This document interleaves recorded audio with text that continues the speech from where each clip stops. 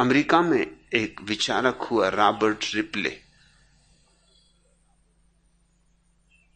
वो प्रसिद्ध होना चाहता था। कौन प्रसिद्ध नहीं होना चाहता? चाहता था सारी दुनिया उसे जान ले। गांव में एक बहुत बड़ा सर्कस आया हुआ था। सोचा उसने कि सर्कस इतना प्रसिद्ध है, जग जाहिर है, इसके मैनेजर को जरूर कुछ सूत्र पता होंगे प्रसिद्धि के। तो मैनेजर से उसने अलग से मुलाकात ली और कहा कि मुझे भी कुछ राज बताओ, मैं भी प्रसिद्ध होना चाहता हूं। मैनेजर ने यूं ही मजाक में कहा, सर्कस का ही मैनेजर था, धंधा ही मजाक का था, तमाशबीनी का था। उसने कहा इसमें क्या खास बात है, तुम अपने सिर के आधे बाल कटा लो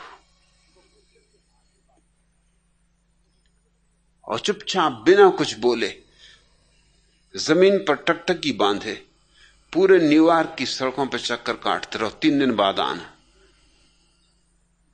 3 दिन बाद वो आया तो साथ में अखबारों की बहुत सी कटिंग भी लाया, क्योंकि अखबारों में तस्वीरें ही छप गई। चर्चा हो गई गांव में, घर घर में कि ये कौन है आदमी, आधे सिर के बाल कटाए हुए, कौन प्रसिद्ध ना हो जाए। रिप्ले ने मैनेजर को बहुत धन्यवाद दिया और कब आगे के लिए कुछ और बताएं। न्यूयॉर्क में तो जलवा हो गया, डुंडी पिट गई। एक बच्चा ऐसा नहीं है जो न जानता हो।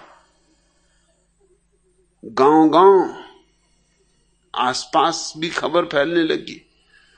मैनेजर ने कब तुम ऐसा करो, एक बड़ा आईना खरीदो, उस आईने को अपनी कमर पर बांध लो, आईने में देखो तो पीछे का रास्ता दिखाई पड़ेगा और बस पीछे की तरफ चलो, आगे की तरफ नहीं। और सारी अमेरिका का चक्कर लगा डालो। और रिप्ले ने वही किया और चक्कर पूरा होते होते अमेरिका में ही नहीं सारी दुनिया में प्रसिद्ध हो गया ये कौन आदमी।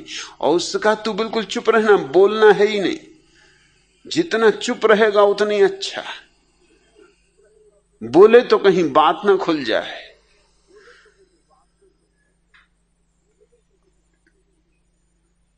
बुद्धिमान आदमी का बोलना अच्छा, बुद्धू का चुप रहना अच्छा, क्योंकि बुद्धू चुप रहे तो बुद्धिमान मालूम होता है। सो रिप्ले बिल्कुल चुप रहा।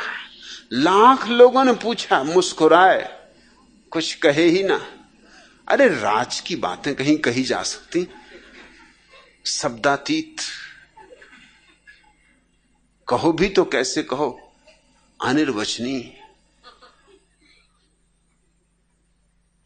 प्रवचन से तो मिलती नहीं, बोलने से तो मिलती नहीं, कहने से तो कही नहीं जाती, हस्तांतरणी नहीं।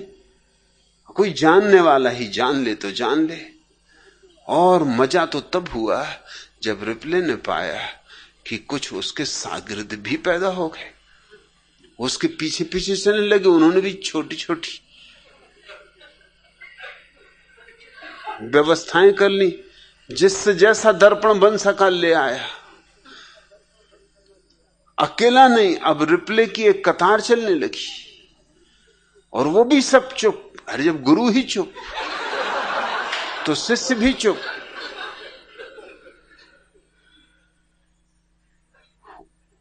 कुछ भी जो सामान्य नहीं, असामान्य है, जो स्वाभाविक नहीं है, अस्वाभाविक है, उससे लोग प्रभावित होते। लोगों को प्रभावित करना अहंकार की बड़ी गहरी अभिप्सा है। ये जो भगोड़े हैं, इनसे लोग प्रभावित हुए। इनसे प्रभावित होने का कुल कारण इतना था कि ये कुछ कर रहे थे जो अस्वाभाविक था। स्वाभाविक आदमी से कौन प्रभावित होगा?